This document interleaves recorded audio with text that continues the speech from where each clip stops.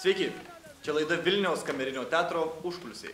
Ir šiandien aš norėčiau pakalbinti neseniai pasirodžiusios premjeros Pogrindžio komediją aktorius. Taigi, Tadai, norėčiau užduoti tau pirmąjį klausimą. Su šiuo režisieriumi Rolandu Borovskiu jūs jau statėte vaikišką spektaklį. Antras darbas. Antras darbas, taip. Ir dabar griebėtės sudėtingesnės medžiagos ir perėjote prie suaugusio žiūrovų ir pastatėte Pogrindžio komediją. Taip. Taigi, kuo skyrėsi spektaklio statymas ir repeticijos tarp šių dviejų spektaklių?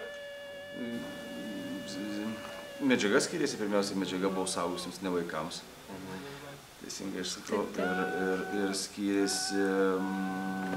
Rolandas yra toks režisierius, kad jis labai stato uždavinius, kuriuos nelengva suprasti. Tai skiriasi iš tikrųjų. Ten buvo lengviau, čia buvo sunkiau, tuo ir skiriasi. Ir scenografija kita. Scenografija kita. Tai visiškai kita. Tai dar vienas kitas. Aktoriai kiti. Jo, Paulius debiutavo pas mus. Taigi, Pauliau, užduosiu tau klausimą.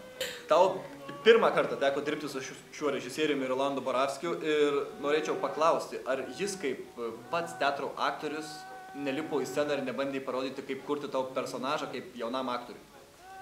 Labai retai lipo ir nieko nesakė beveik.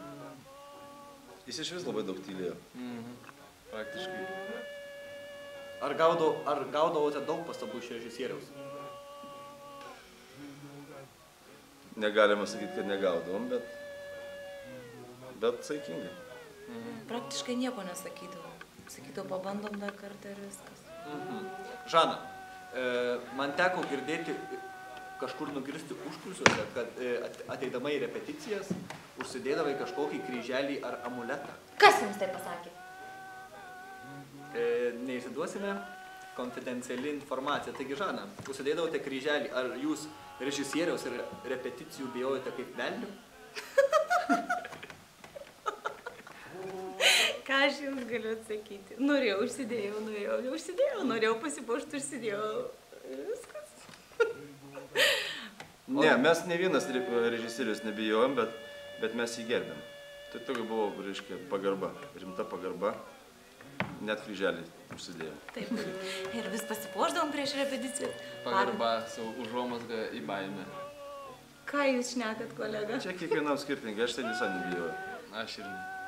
Rolandas vis tiek žino, ką jisai daro ir finalas, manau, labai puikus. Ir jeigu jūs šito spektaklio nepamatysite, jūs tiesiog... Būsit nepamatę. Būsit nepamatę. Dar vienas bendras klausimas visiems. Spektaklyje figūruoja pinigų tema. Ką jums kiekvienam kaip aktoriui reiškia žodis pinigai? Popierius.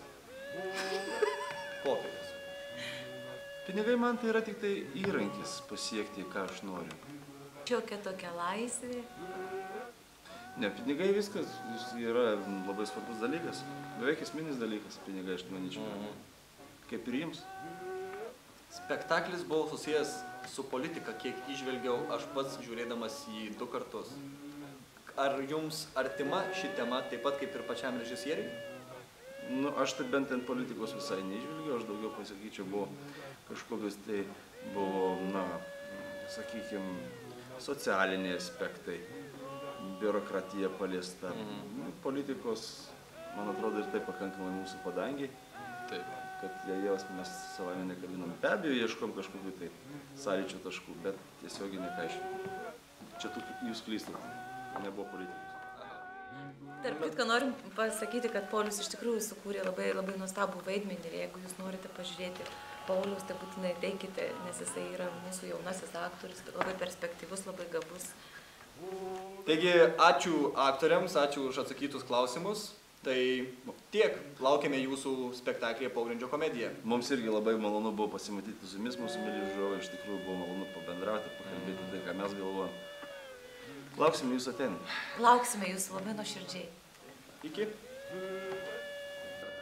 Ir dabar dar pabaigai norėčiau paprašyti šio jauno ir perspektyvaus aktoriaus Pauliaus Valaskevičiaus, kad jis ką nors apsimestinai pasakytų iš šio spektaklio. Gal tą? Kokie gražūs sausainukai.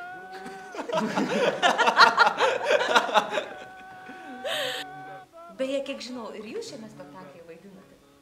Aš vaidinu Katę maiše. Maišas mėtosi užkulisiuos.